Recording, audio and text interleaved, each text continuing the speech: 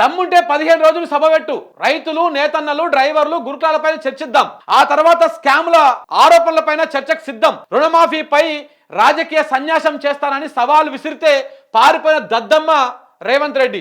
స్థానిక సంస్థల ఎన్నికల్లో రైతులు బుద్ధి చెప్తారు. రేవంత్ కు కేసీఆర్ అవసరం లేదు, కార్యకర్త చాలు. లగచర్ల రైతులకు కోర్టులో న్యాయం జరుగుతుంది. పోలీసుల అండతో తిరుపతి రెడ్డి అరాచకాలు చేస్తా ఉన్నాడు. తెలంగాణ భవన్ లో కొడంగల్ కార్యకర్తల సమావేశంలో కేటీఆర్ నిన్న ఈ స్పీచ్ వింటే ఒక క్లాస్ లీడర్ మాస్ లీడర్ ఎట్ట మారిండు, ప్రజలకు ఎట్ట దగ్గర అవుతున్నది అర్థమైపోతుంది. ఆయన చెప్తానే ఉన్నాడు అన్ని, నాకు ఇట్లా మాట్లాడే ఇష్టం లేదు అంటనే ఉన్నాడు, మళ్ళీ ఏసే సూర్కులు వేస్తూనే ఉన్నాడు. అంటే ప్రజలకు ఏం కావాలి, ఏ విధంగా ప్రజలను అట్రాక్ట్ చేసుకోవాలనేటువంటి కార్యక్రమంలో బాగా ఆరితేరిపోయింది కేటీఆర్ ఈ ప్రతిపక్షంలోకి వచ్చిన తర్వాత. సో కాబట్టి ఈ టైంలో తీసుకుపోయి లోపలేస్తే ఏమైతుంది, ఇంకా ఆయనకు ఎక్కువ బూస్ట్ వచ్చేస్తుంది, ఎక్కువ ఇంకా పొలిటికల్ ఇమేజ్ వస్తుంది. ఇప్పుడు అరెస్ట్ చేసి లోపలేసినాక ఊర్లో ఉండే ముసలమ్మ కూడా మాట్లాడుకుంటుంది, ఆ కేసీఆర్ కొడుకుని కేటీఆర్ని అరెస్ట్ చేసిరంటగానే ఆయన ఎందుకు అరెస్ట్ చేసిరు అని చెప్పేసి చర్చ వస్తుంది. తప్పకుండా మాట్లాడతారు.